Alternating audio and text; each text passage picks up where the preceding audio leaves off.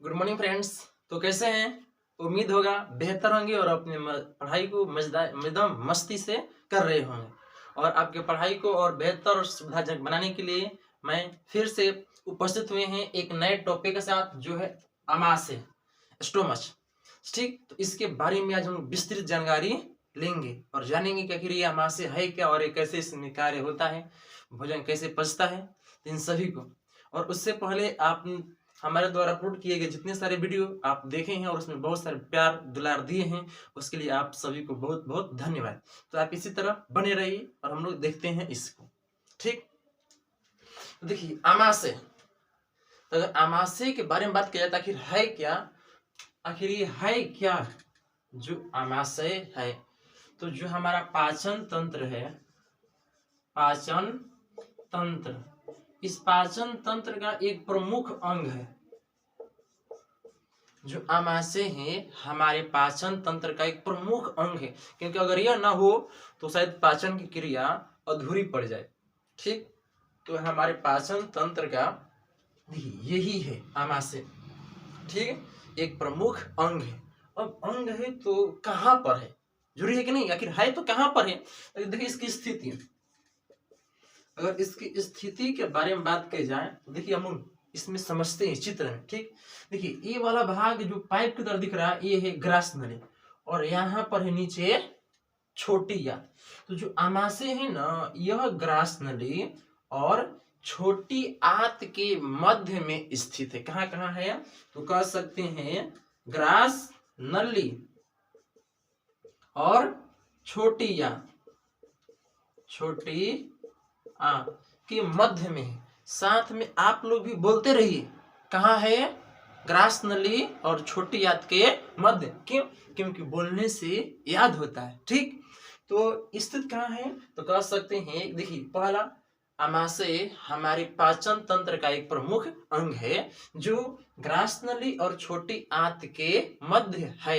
इसमें भी मध्य में कहाँ, मान लीजिए कहाँ मानेंगे, तो जो डायफ्राम है, जो हमारे डायफ्राम है, डायफ्राम के नीचे बाएं तरफ, डायफ्राम के नीचे और बाएं तरफ। तो आप इसको बेहतर तरीके से कह सकते हैं कि आमाशय हमारे पाचन तंत्र का एक प्रमुख अंग है जो डायफ्राम के नीचे बाएं तरफ, डायफ्राम के नीचे बाएं तरफ ग्रास नली और छोटी आंत के मध्य में स्थित है। ठीक, अब और जो ये है, यह एक जो इसकी संरचना देखते हैं, अगर हम संरचना क्या आखिर ये है कैसी संरचना, तो संरचना इसकी है थैलीनुमा। कैसी है, थैलीनुमा, या थैला है, झोरा है, समझिए बैग है, जिसमें आप किसी, जैसे आप बैग होता है, थैला होता है, तो उसमें आप किसी पदार्थ को रखते हैं। ठीक उसी प्रकार ये भी क्या है, एक थैला है, और इस थैला में क्या रखा जाता है, भोजन। इसमें क्या आता है, इसमें होता है भोजन, खाद्य पदार्थ, इसमें रहता है भोजन। और जब हम लोग जो भोजन करते हैं तो यह भोजन जब हम लोग अपने मुख में लेकर उसको छोटे छोटे महीन टुकड़ों में करते हैं, लार ग्रंथियों से लार आकर मूलते हैं, उसको भोजन को पचाते हैं, और भोजन में जो जीवाणु बैक्टीरिया होते हैं उसको नष्ट करने के बाद जब उसको निगलते हैं तो ग्रास नली में जो क्रमानुकुंचन की प्रक्रिया होती है, इसके माध्यम से कहाँ आता है, आमाशय में। और आमाशय में भोजन आकर एकत्र होता है, और जो आमाशय है यहाँ पर भोजन लगभग 4 घंटे, लगभग 4 घंटे तक भोजन आकर स्थित रहता है। कहाँ पर, तो हमारे आमाशय में।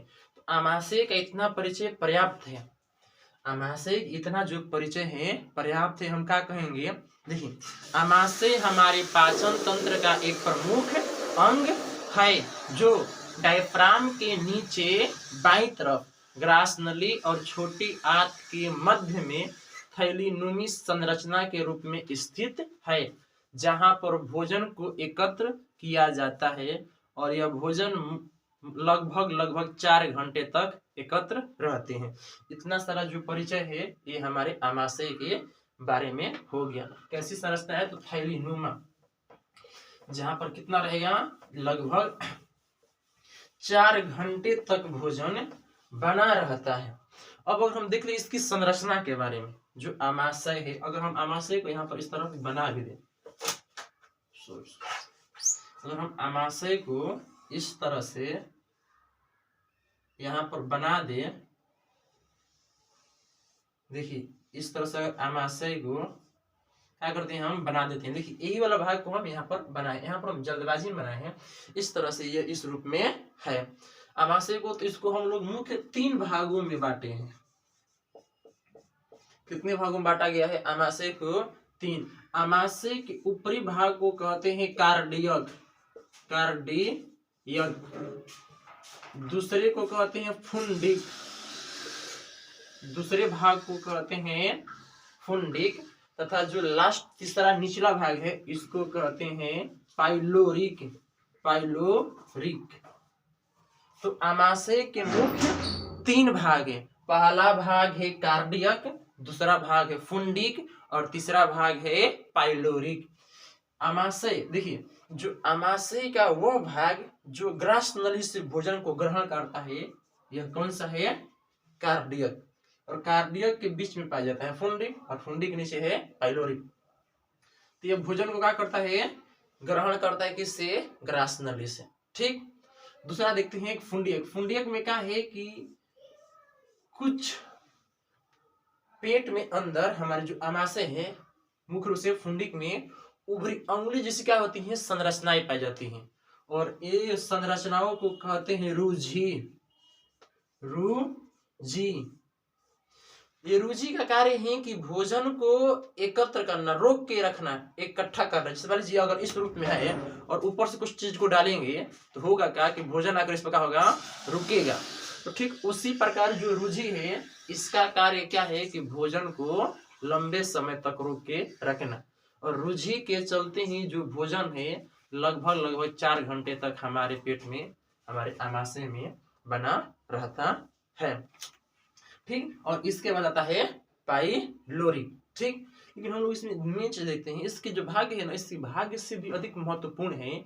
इसमें कुछ अगर इसकी संरचना को देखिए गौर से ना, आमाशय के, तो इसकी संरचनाओं के अंदर देखिए इसकी कोशिकाएं क्या है, इस तरह से धंसा हुआ है। आमाशय की जो दीवारें हैं कहीं धसी हुई तो कहीं उभरी हुई संरचना के रूप में पाई जाती हैं, कहीं धसी हुई कहीं उभरी हुई। और इसी धसी हुई उभरी हुई संरचनाओं में पाया जाता है जठर ग्रंथि। क्या पाया जाता है? जठर ग्रंथि। इसी से पाया जाता है, इसी में पाया जाता है जठर ग्रंथि। और ये बहुत मजेदार है, क्योंकि जो हमारे आमाशय में जो कार्य होता है उस कार्य को करने के पीछे इसी जठर ग्रंथि का भाग है, महत्व है। अगर ये ना होता तो शायद वह उतने बेहतर तरीके से हमारे आमाशय में जो कार्य संपन्न होते हैं वो कभी नहीं हो पाते। तो इस जठर ग्रंथि में पाए जाते हैं जठर रस। क्या पाए जाते हैं? जठर रस। और ये जठर रस भी मुख्य 3 प्रकार के होते हैं। कितने प्रकार के होते हैं? 3। जो पहला है यह है हाइड्रोक्लोरिक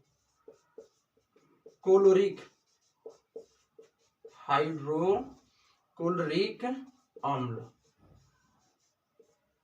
इसको समझ लेते हैं कि आखिर यह। दूसरा इसको लिख देते हैं, दूसरा है म्यूकस, जिसको सलेस्मा भी कहते हैं। पहला हाइड्रोक्लोरिक, दूसरा म्यूकस, तीसरा pepsinogen.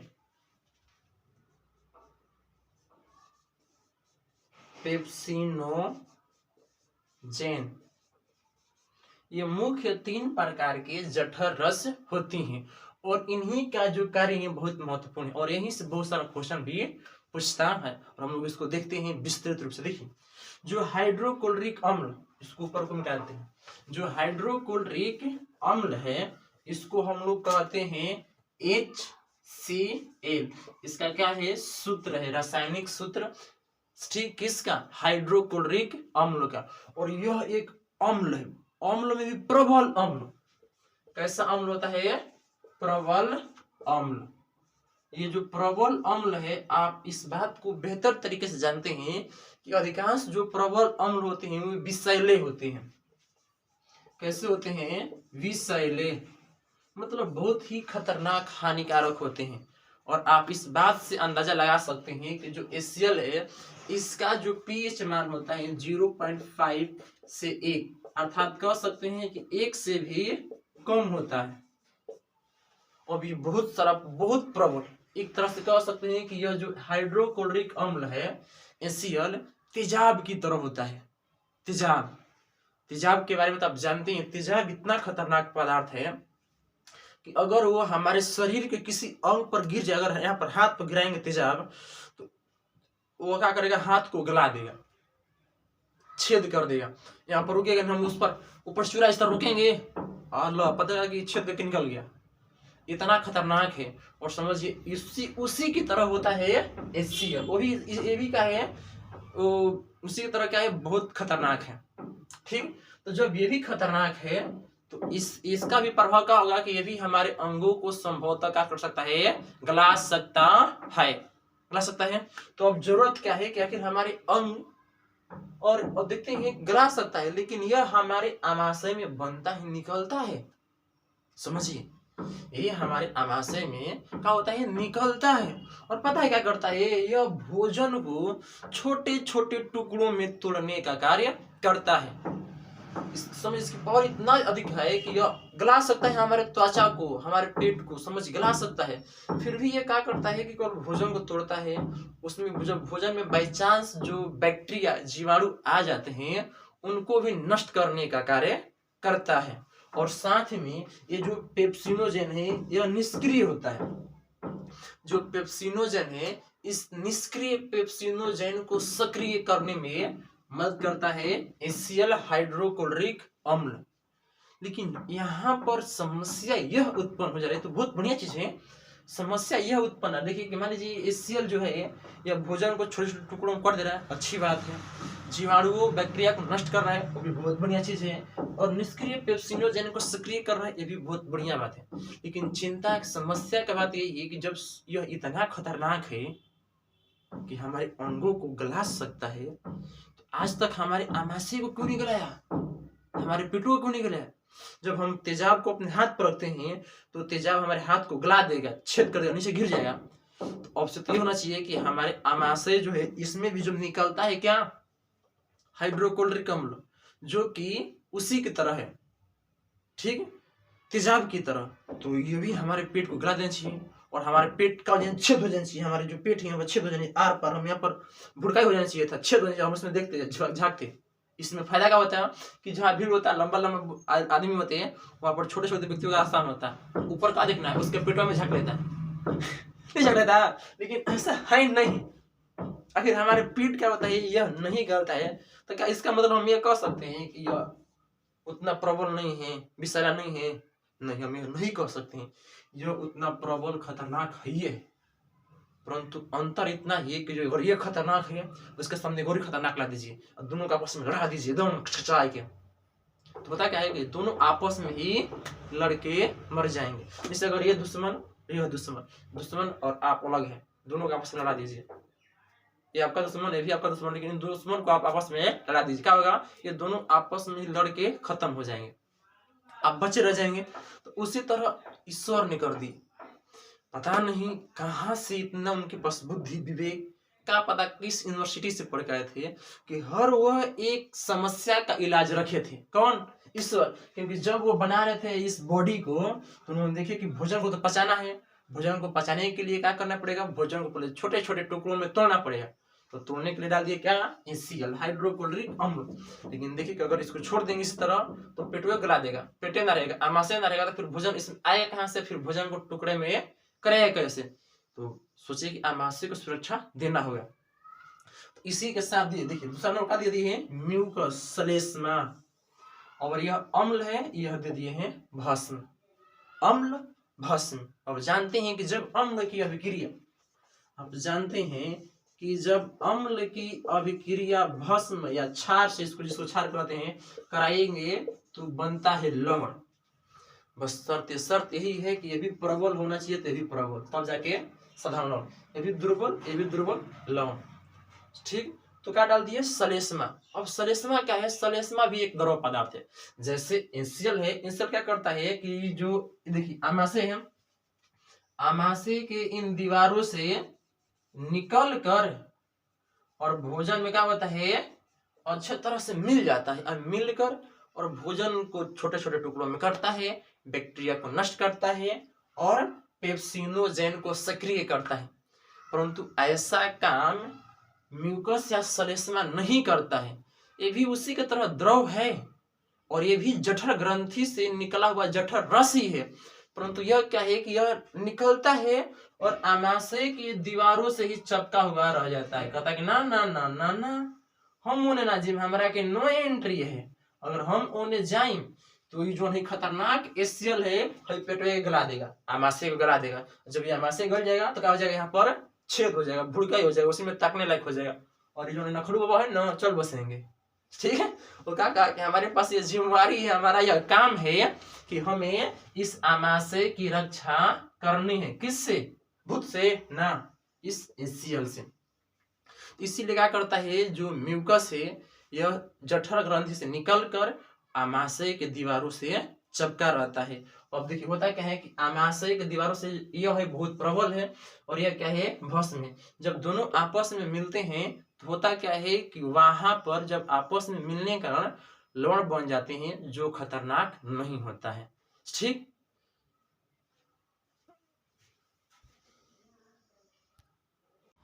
Sorry friends, light cut गई थी। चलिए हम फिर देखते हैं। हम लोग देख लिए हैं कि जठर ग्रंथि से निकलने वाले जठर रस में था हाइड्रोक्लोरिक अम्ल और म्यूकस, और तीसरा पेप्सिनोजेन। तो हाइड्रोक्लोरिक को देख लिए हैं और म्यूकस को देख लिए। अब देखेंगे हम लोग पेप्सिनोजेन। देखिए पेप्सिनोजेन क्या होता है, ये निष्क्रिय, आपको बता चुके हैं। और निष्क्रिय पेप्सिनोजेन को सक्रिय करने का कार्य करता है, सक्रिय करने का कार्य करता है HCl, हाइड्रोक्लोरिक अम्ल। क्योंकि हाइड्रोक्लोरिक अम्ल के पास ये क्षमता है कि वह निष्क्रिय पेप्सिनोजेन को सक्रिय पेप्सिनोजेन में बदल दे। उसके बाद होता क्या है कि जैसे सक्रिय पेप्सिनोजेन में बदलता है, इसमें से दो भाग में बढ़ जाता है, एक होता है पेप्सिन, दूसरा रेनिन।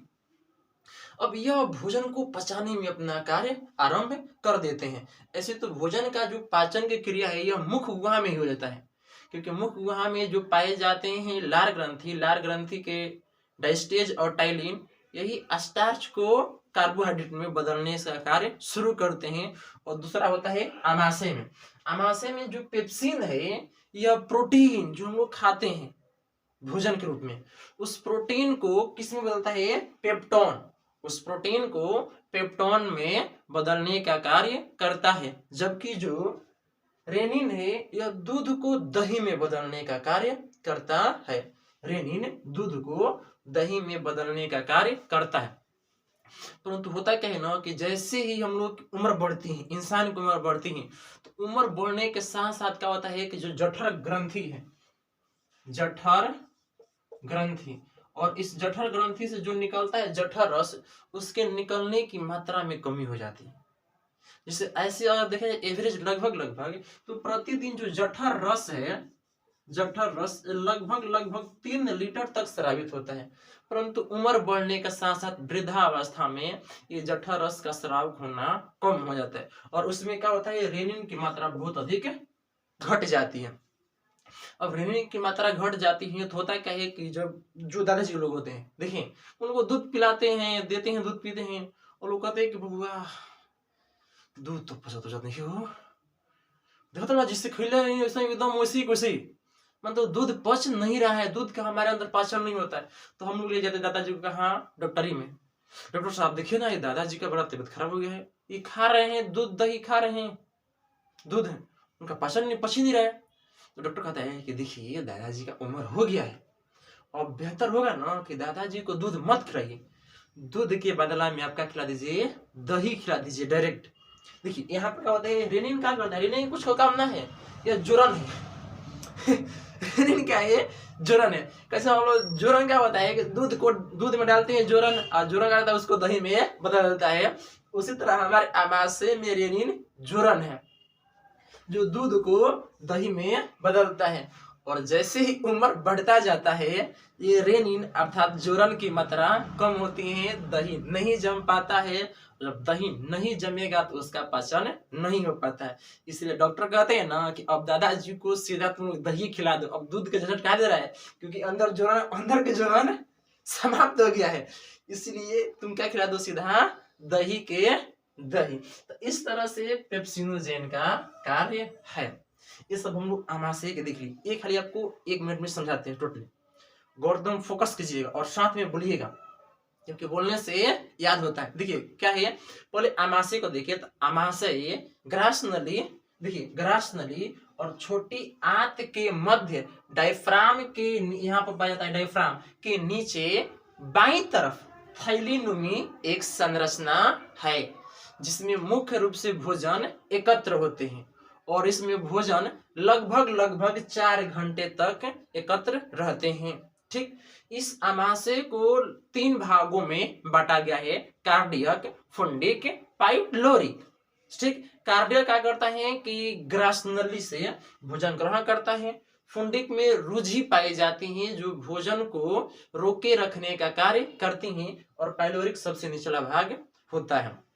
इसके बाद देखें हम लोग कि इसकी जो दीवारें होती हैं आमाशय की, दीवारों में धस्सी और उभरी जैसी संरचनाएं पाई जाती हैं, और उसी धस्सी और उभरी जैसी संरचनाओं में पाए जाते हैं जठर ग्रंथि, और उस जठर ग्रंथि में होता है, उस जठर ग्रंथि निर्माण करता है जठर रस का।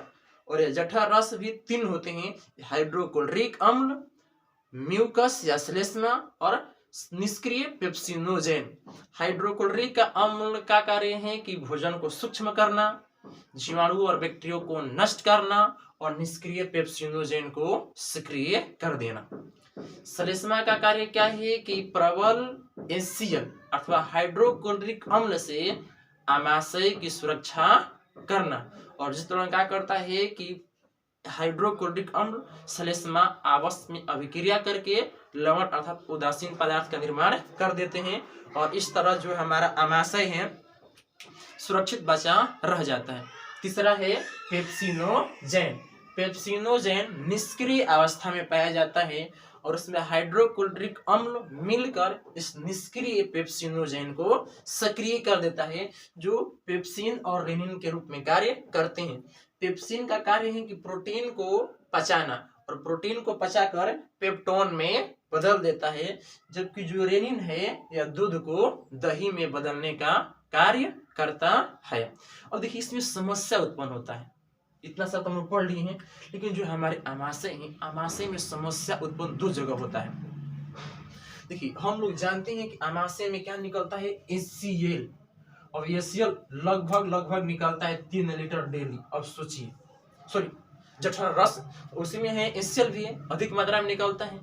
लेकिन जब हम लोग उपवास करते हैं अथवा जो व्यक्ति लंबे समय तक भोजन नहीं करते हैं ना, उनमें समस्या आ जाता है, क्योंकि HCl निकलेगा, HCl तो अपना निकल ही रहा है, उसको क्या मतलब है कि भोजन कीजिए चाहे ना कीजिए। तो कौन आदमी है समझेगा कि भोजन ना किया आज ना निकलेंगे, तो निकलता ही है। तो जब भोजन हम लोग नहीं करते हैं HCl निकलता है, और HCl निकल कर देखता है कि लो भोजन हल ही नहीं खे, तब किसको छोटे छोटे टुकड़े में करे। अब कोई नहीं मिलता है, भोजन नहीं रहता है, तो यह अपना पूरा प्रभाव म्यूकस के साथ अभिक्रिया में लगाता है, और जिसका होता क्या है कि जो म्यूकस है HCl की अपेक्षा कमजोर पड़ जाता है, और हाइड्रोक्लोरिक अम्ल का प्रभाव हमारे आमाशय के दीवारों पर अधिक पड़ता है, और जिस कारण हमारे आमाशय में अल्सर नामक घाव की उत्पत्ति हो जाती है, जो हमारे आमाशय के दीवारों में उत्पन्न होता है। एक घाव होता है अल्सर, और ये क्यों उत्पन्न होता है, जब हम लोग लंबे समय तक भोजन नहीं करते हैं तो हाइड्रोक्लोरिक अम्ल के प्रभाव के कारण ये अल्सर घाव की उत्पत्ति हो जाती है, और ये उन लोगों में अधिक होता है जो अधिक उपवास करते हैं। और इसीलिए आप जानते हैं महात्मा गांधी ये अहिंसा और सत्याग्रह के पुजारी थे, और अपनी बातों को ब्रिटिश से मनवाने के लिए क्या करते थे कि बार बार सत्याग्रह, अनशन, भूख हड़ताल, खाना नहीं खाएंगे अपनी बातों को मनवाने के लिए, जब तक आप हमारी बातों को नहीं मानिएगा हम भूखे रहेंगे। इसका हम बार बार सत्याग्रह करते करते भूख हड़ताल करते करते महात्मा गांधी के भी आमाशय पेट में अल्सर घाव हो गया था। तो यह किसी के भी हो सकता है अगर जो लंबे समय तक भोजन नहीं करता, बार बार उपवास करता, फास्ट करता है, उसके पेट में हो सकता है। दूसरा क्या है, रूझी। इसको तो आप लोग महसूस किए, मतलब इसको तो जिसको होगा वही महसूस करेगा, लेकिन ये रूझी वाला मामला बहुत मजेदार है, इसको आप महसूस किए हो। आप देखिए कि मान लीजिए जैसे आप एक टाइम पर खाते हैं कि 8, 9, 10 बजे खाते हैं, और कोई बाई चांस आप उस समय नहीं खा पाए, बज गया 10, 11, 12, आपके पेट में गुड़गुड़ गुड़गुड़ जैसे आवाज आने लगता है, गुड़गुड़ गुड़गुड़। और उसमें भी क्या होता है ना कि चुभन जैसा महसूस होने लगता है कि पेटवा गोड़ होता है, कहते हैं कि लगता है खोलने के पेटवा गोड़ होता है, चुभन होता है, ठीक। उसमें चुभन और क्या होता है समझ देखिए, आप वही बताए कि इसके जो फुंडिक होता है इसमें पाया जाता है रूझी, और उस रूझी का क्या है कि भोजन को रोक के रखना। परंतु अब तो भोजन किए नहीं है, अब रोक के रखे है किसको, तो जो आमाशय है, आमाशय की दीवार क्या होती है, कुछ पचकने लगते हैं, क्योंकि भोजन तब ना फैलेगा, फैलिए रखेगा तब फैलेगा, नहीं रखेगा तो पचकेगा, तो क्या होता है पचकने जैसा होता है। तो इधर का रूझी देखिए, इस भाग का रूझी इधर गड़ने लगता है, और इधर का रूझी आकर इधर गड़ने लगता है एक आमाशय के दीवारों में, और जिस कारण हमको चुभन जैसी अनुभूति होती रहती है। तो ये क्यों होता है, भोजन न करने के कारण। जैसे हम लोग भोजन कर लेते हैं ये समस्या हम लोग से दूर हो जाता है, ठीक। तो हम लोग आमाशय के बारे में आज विस्तृत जानकारी ले लिए हैं, ठीक। तो हमें लगता है कि आज के लिए इतना ही बहुत बेहतर है। अगर आपको यह सेशन, यह वीडियो लेक्चर अच्छा लगा हो तो प्लीज़ इसको लाइक, शेयर एंड कमेंट करें, और चैनल पर पहली बार आए हैं तो सब्सक्राइब कर बेल आइकन प्रेस जरूर करिए। आज के लिए इतना ही, धन्यवाद, जय हिंद।